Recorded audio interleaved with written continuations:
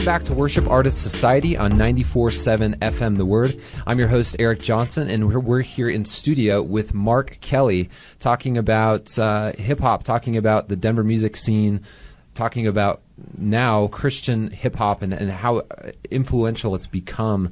And, you know, the whole Kanye West story is intrigued many, you know, who...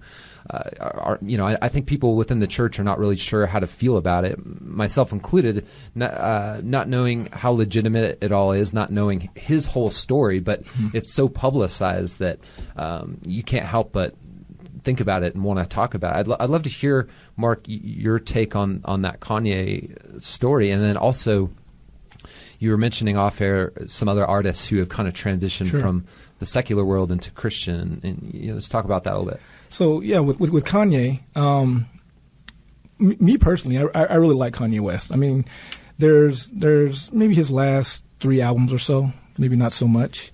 But what people don't forget to realize about Kanye is Kanye actually started out as far as when he first went mainstream and got signed to Rockefeller Records. It was 2004 when his College Dropout album, and that album actually had a song called Jesus Walks. So his first album had a landmark song that actually Rolling Stone lists as number 273 greatest songs of all time. Really? In their top 500 list, Jesus Walks is number 273 by Rolling Stone, a secular magazine, right? So Kanye came out speaking about his faith. Now, of course, his journey has been obviously well documented. It has had its ups and downs and so on and so forth. But now, with his Jesus is King album, which I've heard the entire album, I personally like it. I don't question the authenticity of it. I think Kanye is sincere. I do believe him to be a Christian. And I think he was just convicted in his heart to really go another direction. You know, he's going through. He has a song called Through the Wire that was on his first album. Okay. And he had a near-death car accident that almost killed him. And his jaw was wired shut. And he rapped that whole song through the wire. Really? And that's where that comes from. If you ever YouTube that video, it shows all the photos of post-surgery, the wires in his mouth, the whole deal. So he's always been kind of in tune on a deeper level. You know, then his mom passed away. He married Kim Kardashian, who is definitely scrutinized throughout media. And I'm not saying that she didn't bring a lot of that on herself. I'm just saying he's definitely held in a negative spotlight. So there's a lot going on with Kanye. If I had to say anything critical of Kanye, I feel as though he may not be as strategic as maybe he should be. You know, the Bible calls for us to be as wise as serpents and gentle as doves. And I'm not 100% convinced that his approach is that way, but I do think his approach is genuine. I do feel it's in his heart. Yes. Well, the thing that made me feel like it was legitimate was he was repentant about certain things that were going on in his life in this recent, you know, kind of transition, or you know whatever you want to call it. Like even some of the people that he's working with, he's saying, if you're involved in these certain things, adultery and, whatever, right, I don't want you to be a part of this project. It's something that I had in my past that I don't want anymore. And when I heard the repentance element, that told me that something had happened. Otherwise, people can say all day long that they had a revelation, or that they, have come to Christ, but there needs to be that repentance, right? Right. And it was public. So to me, that was the biggest evidence that something had happened internally. Me not knowing his whole story, right, just having heard of some of his old stuff and now hearing the new album. Right. I actually like it too. There's some good beats, and I like how some of the beats are very minimal, like very minimal, just little pulses almost in some of it. And anyway, so let's talk about some Christian artists. NF, Andy Mineo, Lecrae, Tadashi, Tripoli. I really like some of this stuff, man. I mean, yeah. So how did it get to where it is now? Like, what's been the progression, I guess? I think, if you will, Christian hip-hop's been around actually for a long while. Like I said, there's some, without throwing anybody under the bus, there were some artists when I was younger that I had on cassette, again, showing my age, that, it was the message and not the musicality of it. And I think that's kind of why it was stagnant and didn't grow for a long time. Because at the end of the day, typically when people are listening to music, and definitely in the secular world, it has to evoke some type of emotion to you. It has to be entertaining. It's, you know, at the end of the day, it's entertainment, right? Yes, right. Now, you know, obviously in church, it's beyond that. It's praise and worship. But in order for you to reach that audience and for it to sonically sound good, that's something you want to hear repetitiously when you're not in church, when you're not in your prayer mode, so to speak, it has to sound good. And so Christian hip-hop now gets that, where they didn't before. They're just like, hey, it's a good message. That's all that matters. That's all that matters, right. And now they realize you have to have both. It has to sonically sound good, and you still have to deliver a message. Right. So do you see this progressing continually? Like, I mean, who do you see as kind of leading the Christian hip-hop world right now? Well, I mean, for the longest time, and I would say even still now, would be Lecrae.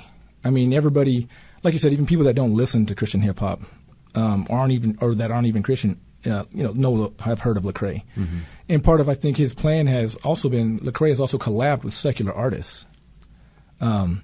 So that kind of helps to spread out, just to spread the word.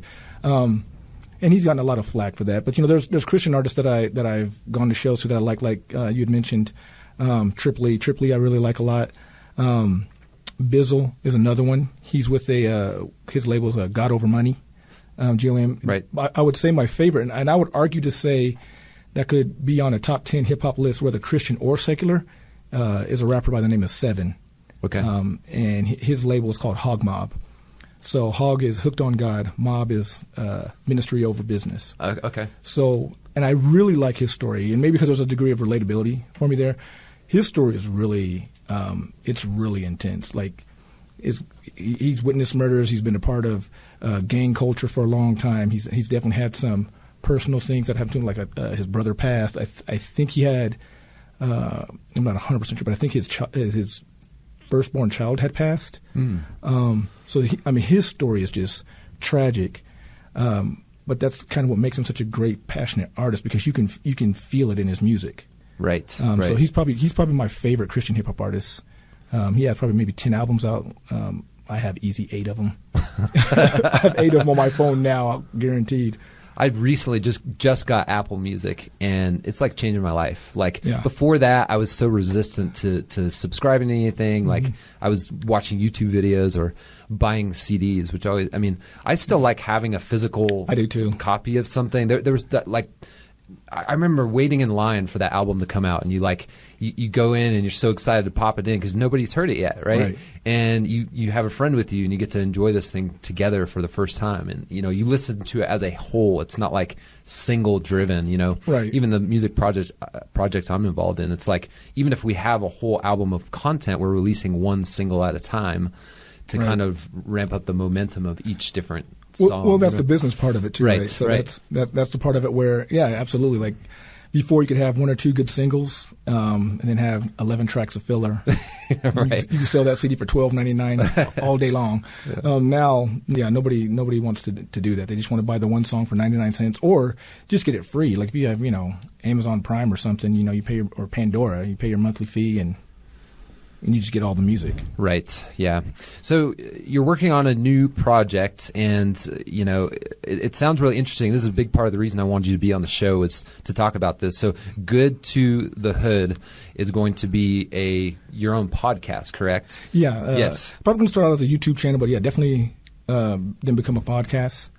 It's Good to the Hood. It's good, then the number 2, letter D, then Hood.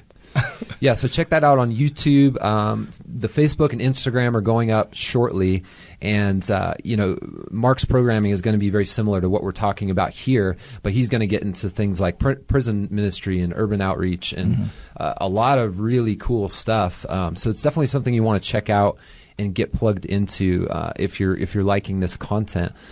So talk about I'd like to transition a little bit into prison ministry and your involvement in that, how you got into it, and just what's happening here in the city. So with prison ministry, I'm on the grassroots stages. I definitely know some individuals that are far more involved than I am, and I'm looking to them for some guidance. The guy that I mentioned before, Dennis Avila, or D Sharp, he's the founder of the record label Heat. He's very involved. in prison ministry. And I'd like to go into his story at another time because it's going to be more than it's going to take a little while. And plus, I want to talk to him a little bit about it, or even have him on to give more accurate details. But I think prison ministry is very important. You know, the Great Commission that we're called to spread the gospel.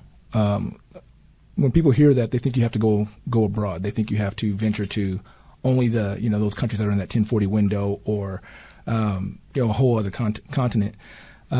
Which that's a part of it. But I think some of us, including myself, is more skilled and more apt to want to reach to the people that are here in whatever your local state is. Like, us being here in the Denver metro area, there's those that are homeless downtown. There's those that are hungry downtown. There's people that are just coming out of jail that need assistance. There's single mothers. I mean, in your own backyard, any one of us can probably go 10, 15 miles from our personal home, and there's somebody that needs to hear the word. Yeah, absolutely. So that's kind of where I'm focused at. That's so great. And we'll jump into a little bit more in the next segment. But, we were talking about just, people don't care what you know until they know you care. And they, having a sign on the street corner, it's just not going to have the impact when, compared to when you have a actual relationship with someone and they know that you've been through something similar, or that you can relate to what they're going through.